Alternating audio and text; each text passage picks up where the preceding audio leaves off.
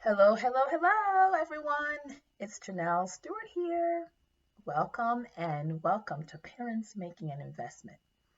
Today, I just want to talk briefly about restorative justice and restorative practices. And so, what that looks like pretty much in parenting. And by definition, restorative justice is a theory of justice that is pretty much that emphasizes and repairing harm being done by someone like a criminal act.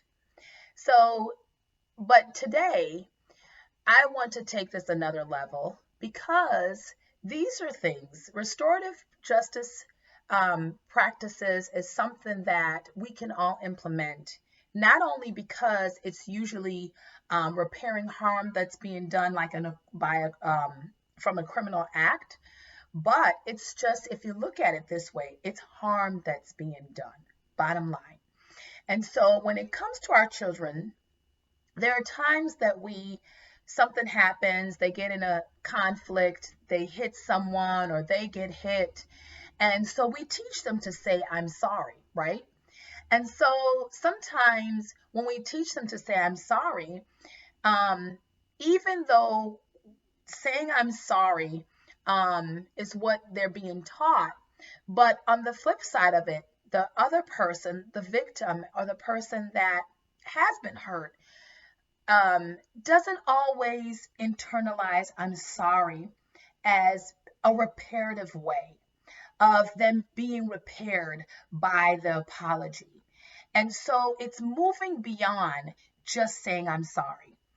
Being practices for restorative justice practices go beyond saying I'm sorry.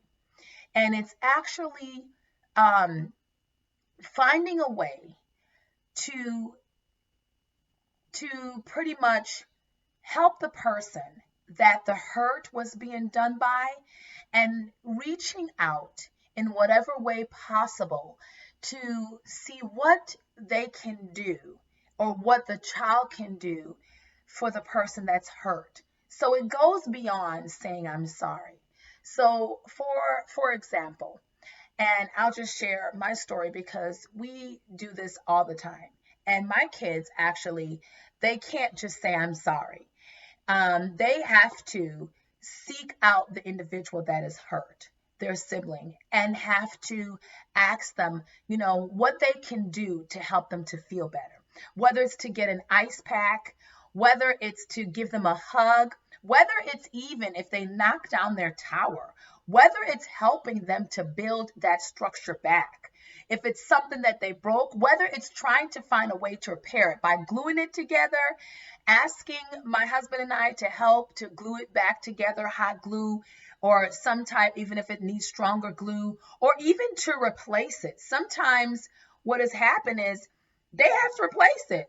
It's like, no, you need to buy that back. Yes, there's some things that cannot be replaced. And that recently happened with my daughter's piggy bank because her brother was hiding in her closet. Don't know why he went in that closet, but the end result is he knocked over her piggy bank and broke it. And so with something like that was a gift to her. And it cannot be replaced. What we encourage him to do is to find a way to restore that because she was really sad. So it's beyond saying, I'm sorry that I broke your piggy bank, but it's helping her to fix it, whether it's to try to glue it back, whether it's to try to buy another one or and even pick up the money that was all everywhere. So it's those kind of things that when you talk about restorative practices, it's going beyond saying I'm sorry.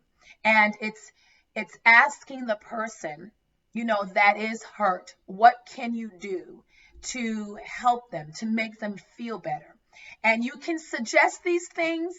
You can also communicate and tell your child to say, say, what can I do to make you feel better? And you say it by modeling that behavior. And you tell that child to say, what can we do to help you to feel better? and you can throw out those suggestions.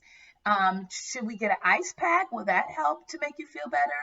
Should we try to fix this? Should we try to glue it back? Should we go to the store? And these are ways to repair the hurt. Because I think what has happened, and sometimes I'm not saying, don't get what I'm saying twisted. I'm not saying that everyone that apologized is not genuinely remorseful for what has happened. But there has been times where I've even experienced in my early childhood experiences that a child would just hit another child and say, I'm sorry, because they've been taught to say, I'm sorry. And so not only does the victim, but also the other party is not even realizing that they're just saying, I'm sorry, not with the intention of restoring the person that has been hurt, but so much with the intention of doing this as a preventative for themselves so they don't get in trouble. So because they don't want to get in trouble, they'll just be, I'm sorry. And they'll have that look because they're thinking that the adults that are present want them to say, I'm sorry. And that's the way to pretty much answer the action and the hurt that has been done. And so they grow up naturally just doing that out of response with not even using that thinking place, but just out of response to prevent themselves from getting in trouble. But then the person that the injustice has been done to has not been restored. And they go on feeling now like the victim because it's just like, I was minding my own business. I was doing nothing wrong. And now I have to deal with this pain and just keep going on and on because the other person has just said sorry and moved on. And there's no remorse to it. And so with restorative justice practices, it moves our children. It moves us because this is not only for children alone, but parents, adults, supporting adults, mom, dad, grandparents. It moves us from a place of just trying to repair people that are hurt by just saying, I'm sorry. Because sometimes, honestly, sorry is not good enough. Sorry just expresses that you're sorry and you're apologetic for what you're doing. But if we can teach our children and we can model that for them, that it goes beyond that. It's finding a way to repair the hurt, the harm, and whatever damage that has been done. It's finding a way to repair that. And that's where we are actually, the internal feeling of being I'm sorry is being demonstrated outwardly. And when you're truly remorseful, and that's what we need to teach our children, that when they're truly remorseful, they want to do something about it and not just leave it as that. And so today, I'm just imploring us all, let's take the next step in saying I'm sorry. And that is restorative practices.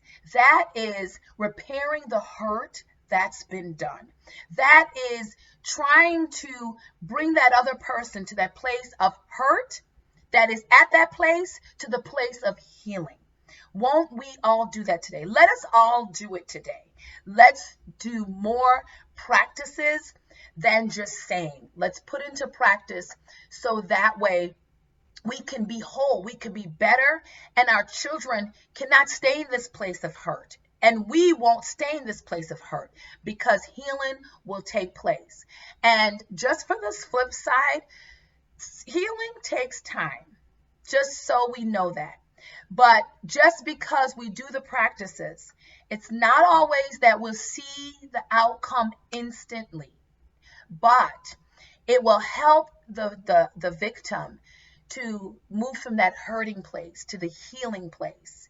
And yes, healing does take time, and we have to allow people time to heal and to get past. But as long as we teach our children to do more than just say I'm sorry, but reach out in ways that are feasible and reachable for them. And even if it's just writing a card and saying, I'm sorry for what I did, or, finding a way to rebuild, that's a start in itself. And that way, whatever's inward, we can apply it outward. The sorry, the remorse that we're feeling, let's do it in some action by doing these restorative practices. So we can make the world and our community a better place, starting at home. I hope that you enjoy this little tidbit of restorative justice practices. And please don't forget to subscribe, and also to share this video and to share with your children. Explain it to them and start doing it. I would love to hear the outcome. So please comment below and try it. Try the practice at home when your kids get into, a conflict or anything. And I would love to hear what the outcome was and how it's helping you to continue to make investments in the children, in your child's life today for them tomorrow. Take care and be blessed.